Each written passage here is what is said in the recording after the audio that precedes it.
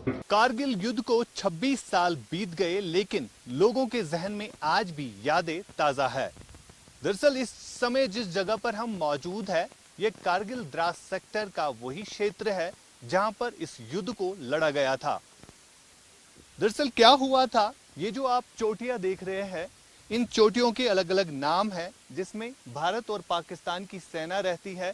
लेकिन उस समय क्या हुआ, सर्दियों के मौसम में दोनों सेनाएं जो है वो नीचे आ जाती है।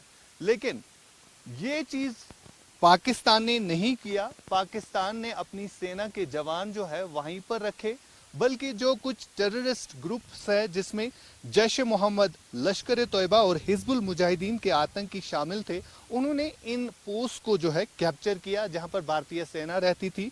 और उसके बाद यहीं के एक जो लोकल शेफर्ड होते हैं, एक चरवाया था, जिसने भारतीय सेना को इस बात की जानकारी दी कि ऊपर उन्होंने इन पोस्ट पर जो है ऐसे लोगों को देखा जो कि कमीज शलवार पहने थे और साथ साथ वहां पर सेना के जवान भी थे। और इस जानकारी के मिलने के बाद भारतीय सेना ने एक टुकड़ी को भेजा, पेट्रोलिंग पार्टी को भेजा, ये देखने के लिए कि आखिरकार हो क्या रहा है। और जब उस पेट्रोलिंग पार्टी को टारगेट बनाया गया तो उसके बाद सूझबूझ से ऑपरेशन विजय जो है वो लॉन्च किया गया। जितनी भी ये टेरिटरी है जिसको कैप्चर किया गया, उसको वापस लिया गया। दरअसल ये जो आप पहाड़ी देख रहे हैं, एक साइड से आपको मेरे विजय फिरोज दिखाएंगे, ये बात्रा टॉप है, इसको भी कैप्चर किया गया था।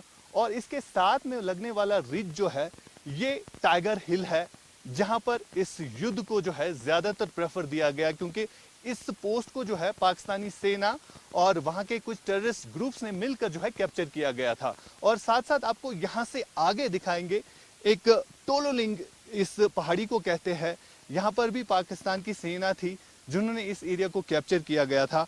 और उस समय जब ऑपरेशन विजय लॉन्च किया गया, सबसे पहले टोलोलिंग को जो वहां पर कैप्चर किया गया था उसको हटाया गया। वहां पर जो आतंकी थे, जहाँ सेना के वहां पर पाकिस्तानी सैनिक थे, उनको मारकर जो है पीछे भगा दिया गया। और उसके बाद टाइगर हिल और उसके बाद जो है बात्रा टॉप। दरअसल पूरा आपको दिखाते हैं कि ये जो आप द्रास का शहर देख रहे हैं, ये भी काफी ज्यादा इफेक्ट हुआ था। पाकिस्तान की ये मंशा थी कि जो NH-44 लेह को कनेक्ट करता है, कारगिल को कनेक्ट करता है, इसको जो है ज्यादा टारगेट बनाया जाए, यानी इसको टारगेट बनाया भी गया उस समय। लेकिन जिस समय भारतीय प्रधानमंत्री उस समय के अटल बिहारी वाजपेयी ने एक नाम दिया ऑपरेशन विजय के नाम से, और उस ऑपरेशन को बाकायदा तौर पर भारतीय सैनिकों ने अंजाम दिया और जितनी भी पोस्ट कैप्चर की गई थी उनको वापस लिया गया था। और द्रास का ये शहर उस चीज की गवाही देता है, जब यहाँ पर युद्ध हुआ किस तरह से यहाँ पर आर्टिलरी शेलिंग देखी गई, आर्टिलरी फायरिंग देखी गई, क्योंकि भारतीय सेना जो है उस समय काफी नीचे पोजीशन पर थी, क्योंकि ऊपर वाला जो ज्यादातर हम देखते हैं कि असर जो है ऊपर वाले एरिया का ही पड़ता है और काफी नुकसान भी उठाना पड़ा उस समय। लेकिन जिस समय ये ऑपरेशन विजय लॉन्च किया, उस समय भारतीय सेना के शूरवीर जवानों ने ये करके दिखाया और ये तमाम तर पोस्ट जो कैप्चर हुई थी उनको वापस लिया। और आज 26 साल हो गए, आज के दिन पर भी उन शूरवीरों को याद किया जाता है। ऑपरेशन विजय और साथ साथ विजय दिवस की जहां तक बात आती है, और इस समय भी यहाँ पर कई सारी वो फैमिलीज उन शूरवीरों की यहाँ पर मौजूद रहती है, जो उन तमाम वाकयात को जो है बयान करते हैं। जब उन्होंने उन वीर जवानों के बारे में सुना कि उन्होंने वीर गति प्राप्त की है और देश को जो है सर्वोच्च बलिदान दिया है, और आज भी उन वीर सपूतों को याद किया जाता है। ये वो एरियाज है जो काफ़ी ज़्यादा इफेक्ट हुए थे उस समय, लेकिन आज यहाँ पर शांति बनी हुई। हालांकि दुश्मन की नज़र लगातार अभी भी है, लेकिन जिस तरह से भारतीय, अगर हम इन शूरवीरों की बात करें जो लगातार इन चीज़ों को दर्शाते आए हैं, जिस समय हमने आज से कुछ महीने पहले ऑपरेशन सिंदूर देखा कि किस तरह से पाकिस्तान में जो आतंकी कैंप्स है, 9 ऐसे आतंकी ठिकाने थे जिनको ध्वस्त किया गया, और इसी तरह जो है उस समय भी हालात बने थे और काफ़ी ज़्यादा एज जो है वो भारतीय सेना को उस समय मिला।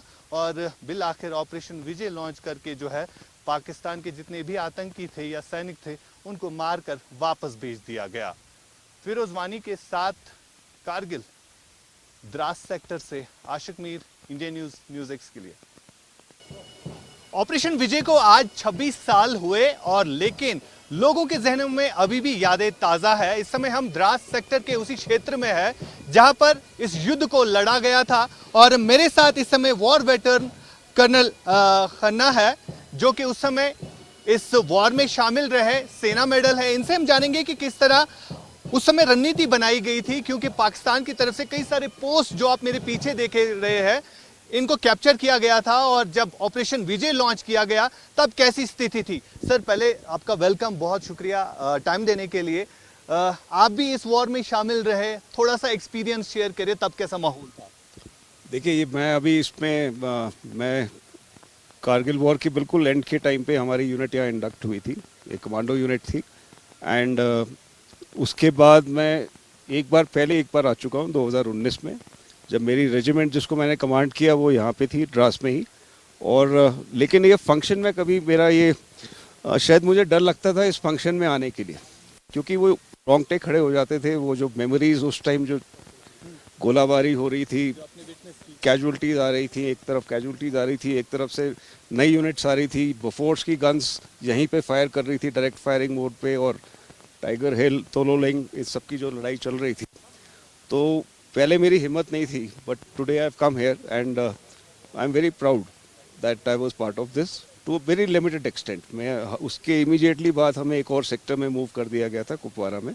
बट ये एक इंडियन आर्मी का आप कहें कि दुनिया का जितना भी प्रेशर हमारे ऊपर आया, उसके बावजूद हमने जो हमारे साथ धोखा किया था जनरल मुशर्रफ ने, पाकिस्तान के जो धोखा किया गया था कि जो पीस टॉक्स के टाइम पे ये इन्फिल्ट्रेशन हुई थी, उसको मेरे ही आसपास जो ऑफिसर्स जो हमारे साथ ट्रेन हुए थे, मैक्सिमम ऑफिसर्स उस टाइम के शहीद हुए इसमें।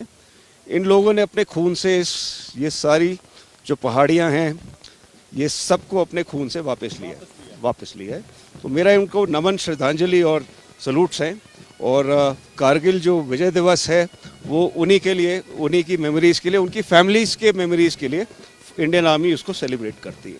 Thank you so much sir. फिलहाल विजय मेरे दिखाएंगे आपको, ये वॉर वेटरन है जो उस समय उस युद्ध में शामिल रहे और यही वो जगह है जो हम आपको एक्सक्लूसिवली दिखा रहे हैं कि किस तरह से जो आतंकी थे और साथ साथ पाकिस्तानी सेना के जो जवान थे उन्होंने इन चोटियों पर जो है अपनी पकड़ बनाई थी। लेकिन जब भारतीय सेना ने ऑपरेशन विजय लॉन्च करके उन तमाम तर सैनिकों को वहां से भगाया, मारा, और उसके बाद कहीं ना कहीं आज 26 साल हो गए और 26 साल के बाद किस तरह का माहौल द्रास सेक्टर के इस क्षेत्र में है ये हम आपको लगातार दिखा रहे हैं।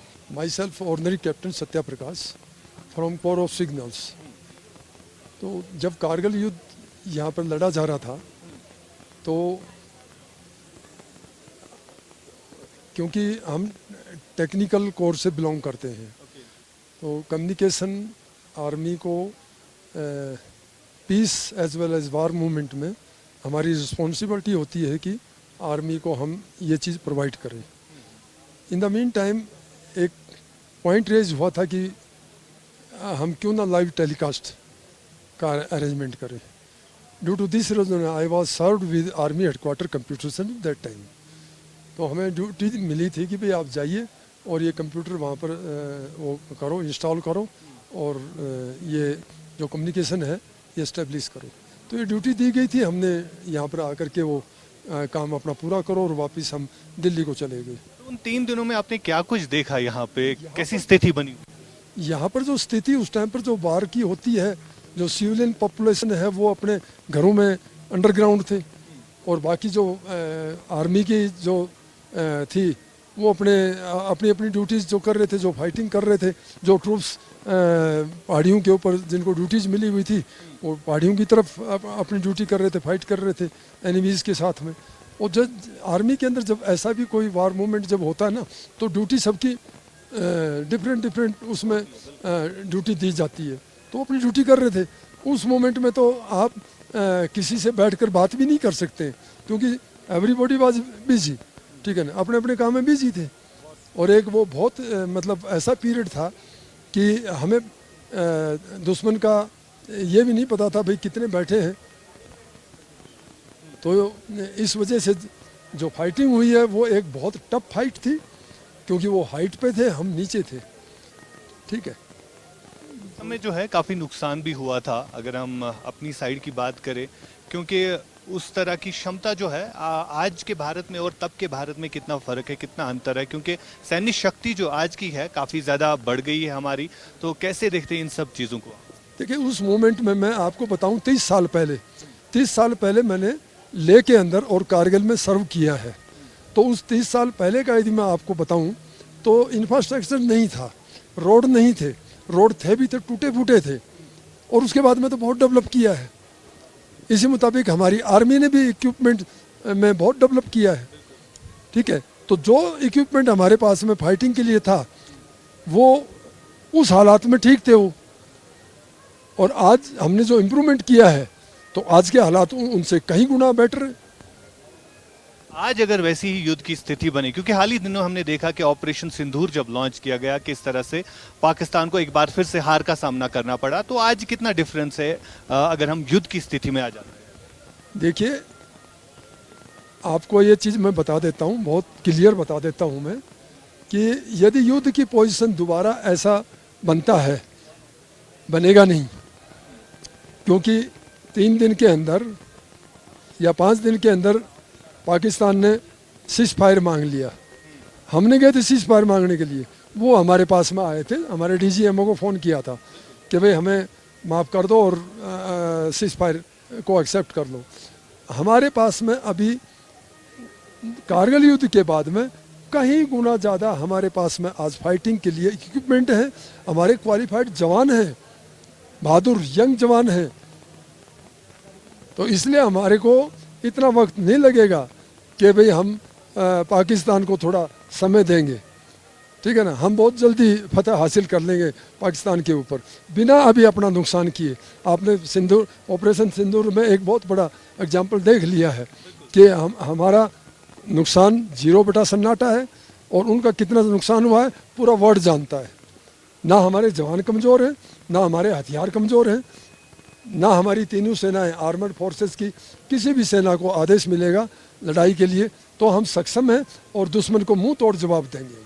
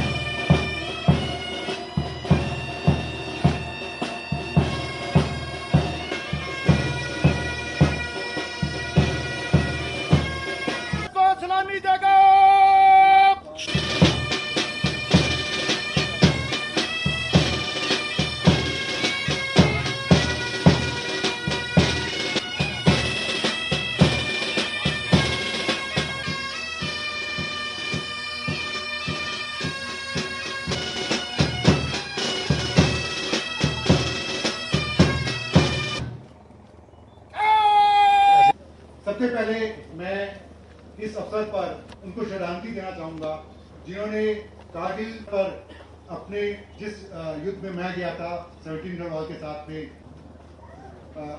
मैं इसके साथ में ही सबसे पहले मैं वीर को बहुत बहुत बधाई देना चाहता हूँ। उन्होंने इतना खूबसूरत को कारगिल दिवस पर स्थापित करने का, इससे अच्छा स्थान और कहाँ सकता है कि युद्ध के दौरान या तो मैं जो हमारा ऑब्जेक्टिव है हेलीकॉप्टर करते थे कि प्रत्येक नागरिक का ये मौलिक अधिकार है, फंडामेंटल राइट है कि जिंदा रहे। तो इसके बारे में जो गवर्नमेंट का आदेश है वो है जहां तक संभव हो। इसका जो एक डॉक्यूमेंट कहते हैं फ्लैग कोड ऑफ इंडिया 2002 जो काम करती आई है वो कर सकते हैं। किसी चीज झंडा किस आर्मी गुजरे स्कूल परोना को एक जीवन और प्रेरणादायक सभी अतिथिगणों और परिजनों का हार्दिक स्वागत एवं अभिनंदन करते हैं। हम सब अभी उस परम पावन भूमि पर उपस्थित हैं जहां पर कारगिल युद्ध का एक मुख्य भाग लड़ा गया था तथा को प्रत्यक्ष रूप में आपके समक्ष प्रस्तुत करेंगे। हम सब अभी लैमोटिन व्यू पॉइंट पर हैं जो कि 11,500 फीट की ऊंचाई पर स्थित है। ये व्यू पॉइंट इसलिए महत्वपूर्ण है क्योंकि यहाँ से हम पूरे ग्रास सेक्टर के एरिया को देख सकते हैं जहाँ पर कारगिल काम करते हैं। आप सभी से निवेदन है कि कृपया सामने देखें। आप इस वक्त उत्तर पश्चिम दिशा में देख रहे हैं। उत्तर दिशा आपकी दाहिनी ओर है। टाइगर हिल हमारे ठीक सामने स्काई लाइन पर कोन की तरह दिखने वाली नाला बकरा ने अपनी कंपनी के साथ एक सीधी चट्टान पर चढ़कर दुश्मन से सीधा संपर्क किया और उनका सफाया कर दिया। शत्रु नाश को अंजाम दिया गया। उन्होंने बोफर्स फायर यूनिट को डायरेक्ट फायरिंग रोल में डिप्लॉय करने का निर्णय लिया जिसके सटीक फायर से दुश्मन के बंकर और मनोबल को पूरी तरह से बर्बाद कर दिया। The other problem that you have is that mountains, such a rocky mountain.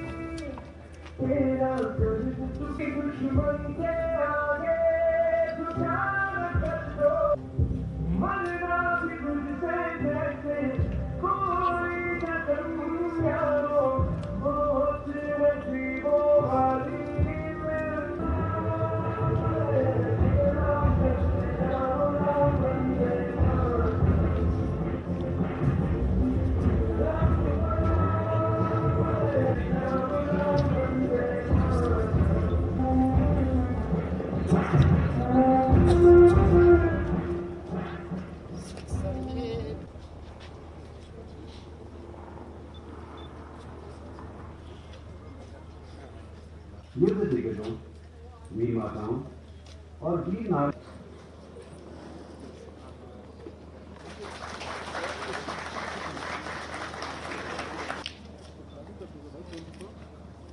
सुंदर सिंह ने भीषण गोलाबारी के बीच एक खड़ी चट्टान पर चढ़ने के लिए स्वयं आगे आए। सीधे दुश्मन की निगरानी से वे गंभीर रूप से घायल हो गए और वीर गति को प्राप्त हुए। बर्डी का हिस्सा थे।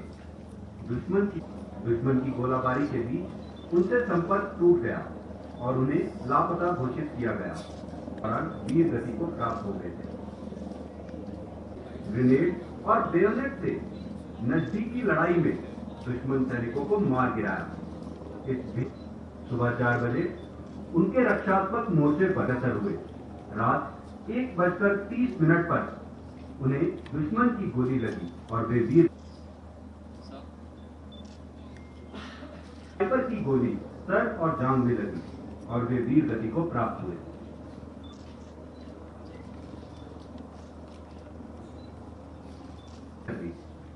दूसरे संघर्ष की ओर आगे बढ़ते समय उन्हें स्नाइपर की गोली लगी और वे वीर गति को प्राप्त हुए।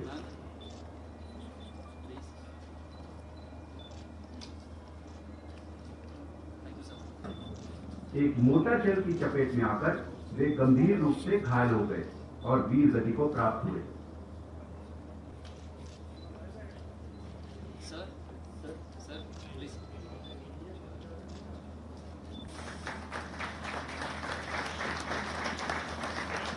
श्री दीपक कुमार, हवलदार मणिराम प्राप्त हुए।